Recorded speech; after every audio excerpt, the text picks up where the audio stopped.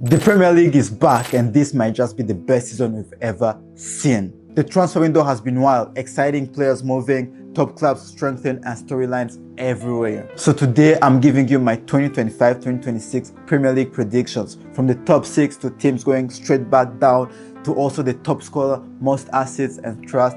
There is some predictions that are going to shock you.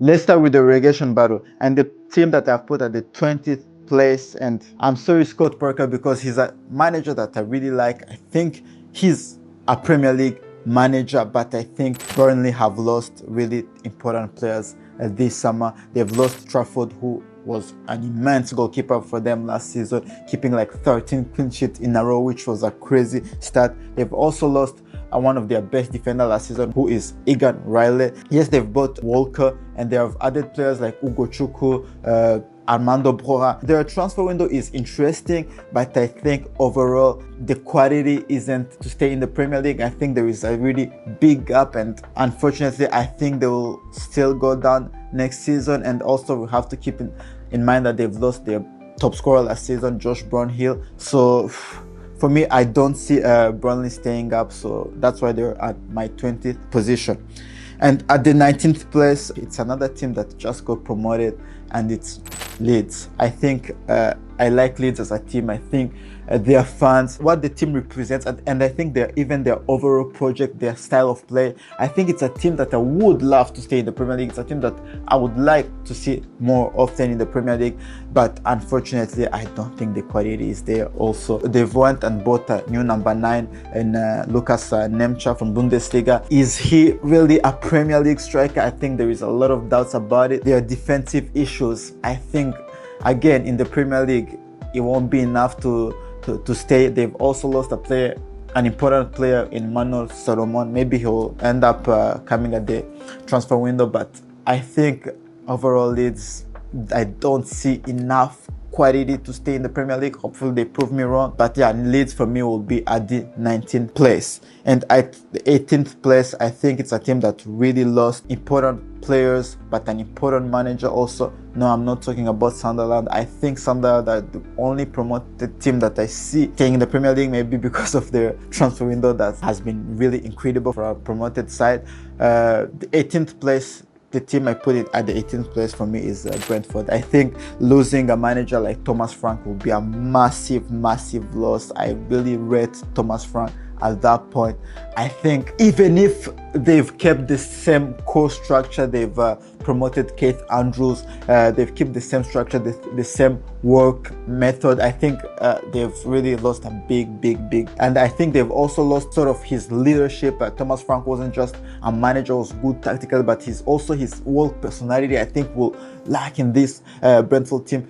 Keith Andrews, we don't know what his worth, and I genuinely think it's also too early for him, and coming in this Premier League where like every team has strengthened, maybe it's not the best gift also for him. Let's not forget the fact that they've lost their captain Christian Norgard to Arsenal, who will be a massive loss. Yes, they've replaced him with Jordan Anderson, but it's Jordan Henderson who went to Saudi, went in the Netherlands league, play for Ajax. Is he gonna replicate the same level as Christian Norgard was having last season?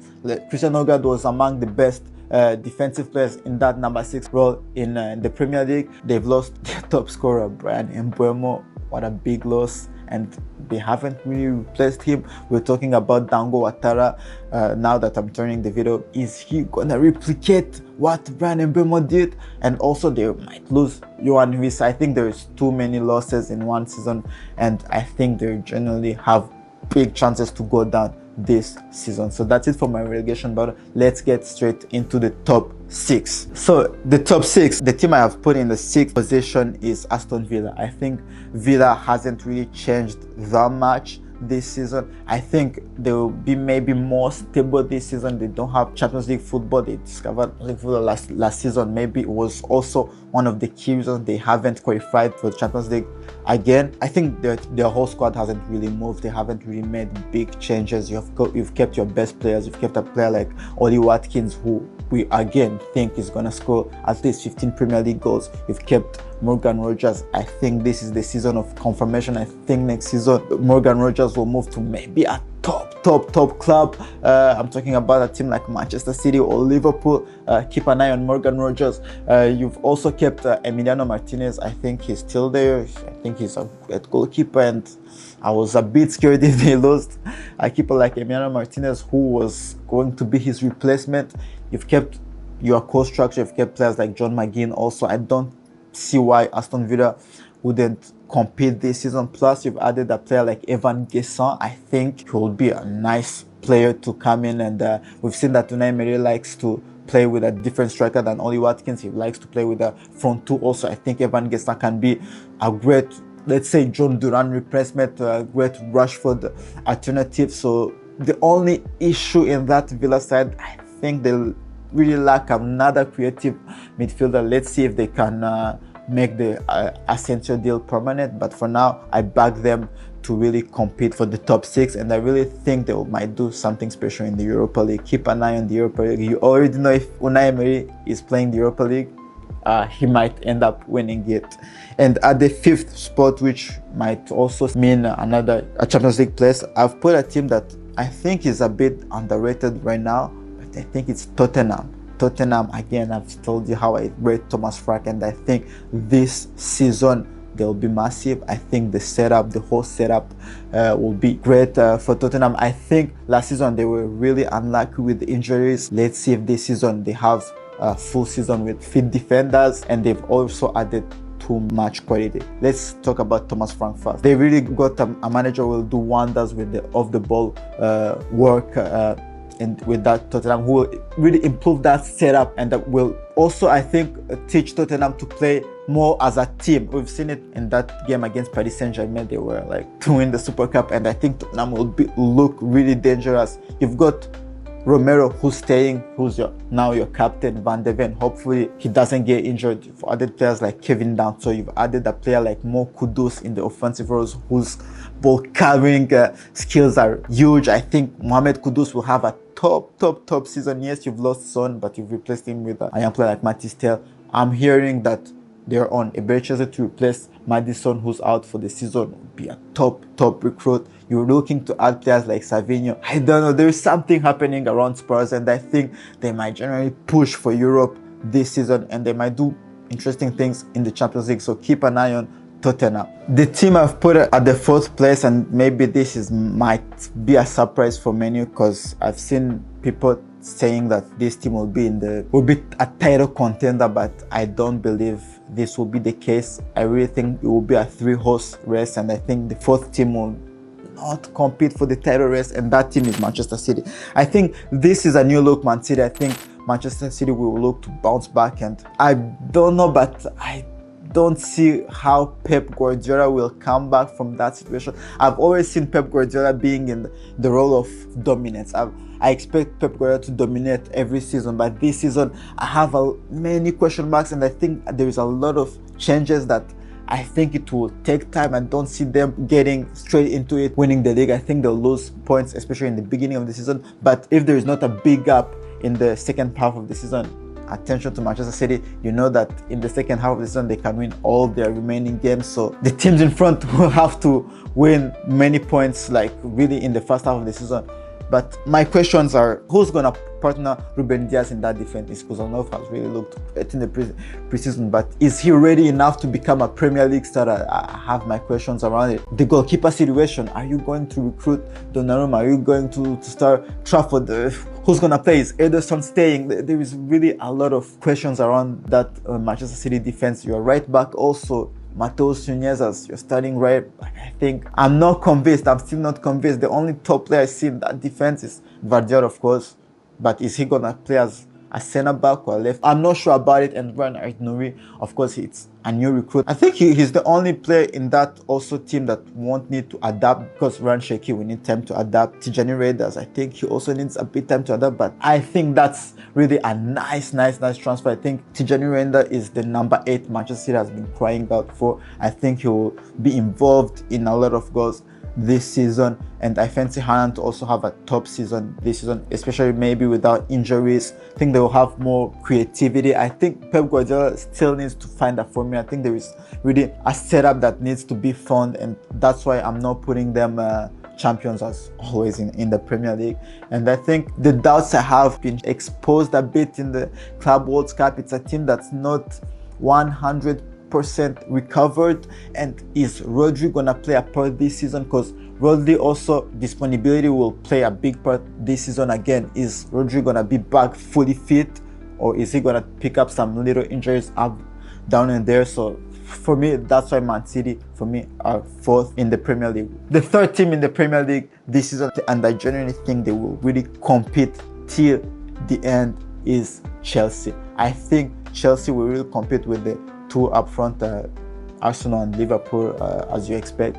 They will really compete. I don't forget that last season around Christmas, Chelsea were up there competing for the title, and I think this season will still be the case. But unfortunately, I don't trust their defense. I think they will concede a lot of goals, and I think that will make them up not to win the Premier League, because they've had the injury of Levi Colwill. For now, they don't expect to replace him. So if you're not replacing Levi Colwill, you'll play with a defense of Tozin and Shaloba.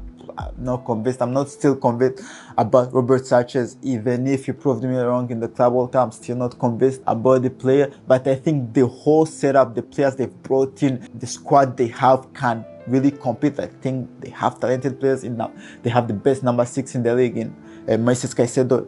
Cole Palmer will have a great season. This season they've added a player like João Pedro. I expect João Pedro to score at least 20 Premier League goals.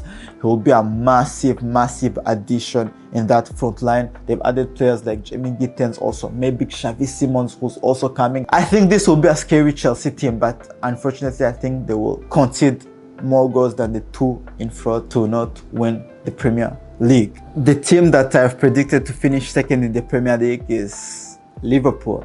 I hate to say it because I'm a Liverpool fan, but I really think this Liverpool team will finish 2nd because of one main reason.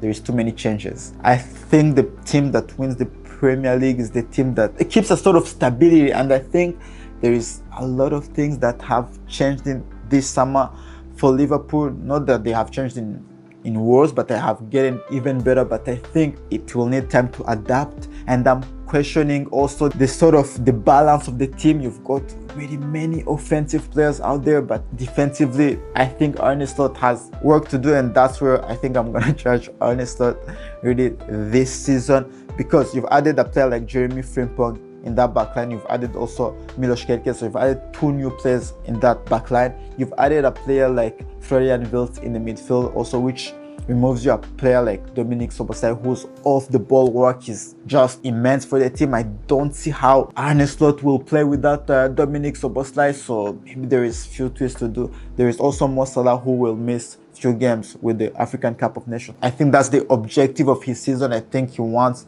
to win, I think maybe his last African Cup of Nations. I think he will look to win it, and I think the focus will be there. And you've seen seasons where the African Cup of Nations has been held. We've seen how Mohamed Salah prioritized it, and we've seen how it affects him. So, there's question marks. Ekitike, I think, will be a huge signing for Liverpool, but he'll need time to adapt. So I think there is really too many things in this Liverpool team that will need to click, and I think that will take time and will cost them a little points there and there, and it will cost them the title. Plus, I really expect Liverpool to compete in the Champions League. I really expect Liverpool to push for the Champions League, and I think their focus will be a bit more on the Champions League, so they might lose points here and there in the Premier League. So that's why I don't expect them to win the league. And the team that I expect to win the league is Arsenal. And I've said it multiple times, and I'm not going to change what I said before. If Arsenal had signed a striker, I think they would go and win the Premier League. This season they have done it. They have went for the guy that scored the most goals last season in Victor Gyökeres. So I don't see why they won't win the league this season. Their team hasn't moved. They've added great covers like Mosquera. They've added a player like Noni Madueke. I think I'm not a fan of that transfer, but I think it's a better backup if Saka gets injured. They've added a player like Zubimendi at the base of the midfield. I think Zubimendi will control more the game and will create more chances for Arsenal. They will score a lot of goals, and Arsenal last season they ended up at, I think, around 66 goals. I think if they can score 15 more goals, and with a player like Gyökeres, I think it will be enough. They will win the league, and they're the team that concedes the less goals, and I don't see why this season will change. I think they have the best defense in England. They have strengthened their attack. They have brought in the player that was missing in the team. So for me, if Arsenal doesn't win it this year, I don't like saying it's now or never, but I feel that this season they will really push hard and they have what it takes to win the Premier League. So I think Arsenal will win the Premier League this season. So my other few predictions for the Golden Boot, I've debated between three players: Erling Haaland, Joao Pedro. I've said it. I think he'll be in the race this season. I think he'll score at least 20 Premier League goals. And Mohamed Salah. Mohamed Salah will leave from the African Cup of Nations, and I think he'll miss games. That's why I don't think he'll win it this season. Joao Pedro, I think he'll score 20 Premier League goals, but I think Haaland will genuinely score at least 30 Premier League goals this season. I think he'll be back, especially without any injuries. Let's see. I think Manchester City also have added really creative players around him. A player like Ryan Cherki would have had the most assists last season if Lacazette hadn't missed a lot of chances. Cherki was one of the best creative players last season, and now Haaland has him. They've also added players like Marmoush. They want to add a player like Rodrigo. I really think Haaland will win the Golden Boot. And for the Playmaker award, who's gonna finish with the most assists? I've debated between two players, either Cole Palmer or Mohamed Salah. I really think Cole Palmer will be dangerous this season, but I think Salah will create loads of chances this season. And this time he has Ekitike and potentially Alexander Isak coming in. I think they'll convert all those chances, and I see Mohamed Salah sort of changing his playing style. We've seen it, the transition in the last few years, becoming more of a playmaker, and I think this season it will continue, and I see him winning that Playmaker award, so retaining it. What about the young player of the season? I went for a gamble for this award. I think it's the Brighton's new number 9. I really liked him during the preseason. I've heard a lot of good things about him last season in Germany. I'm talking about the Greek striker Timas. I think he'll have a great season, and I think it's a great replacement for Joao Pedro. You know that also a player that I've seen Liverpool has been interested. If there is a player that Michael Edwards had in his computer and Brighton also had in his computer, you know that he's gonna explode. So I expect him to be the player of the season. What about the signing of the season? For the signing of the season, I went for an easy answer. I think I've seen how he played during the Club World Cup, and I'm talking about Joao Pedro. Joao Pedro, if you have seen him in the Club World Cup, you would have thought that he's been playing for Chelsea for the last 2-3 years, but no, it will be his first full season with Chelsea, and I expect him, as I said, to score at least 20 Premier League goals. I expect him to change that front line and sort of also bring what Jackson didn't bring. So for me, Joao Pedro will have a hell of a season. For me, that he will be the signing of the season. Alright guys, so that's my Premier League prediction. I want to hear yours in the comments. Let me know who's gonna be your Premier League champions, who's gonna flop this season, who's gonna win the Golden Boot. I can't wait to hear your thoughts in the comments, and of course we'll judge this prediction in May next season. We'll see who was right, who was wrong, but for now, make sure to like the video, subscribe for more football content. A lot of content is coming during the season, and I'll see you in the next one. Ciao, ciao.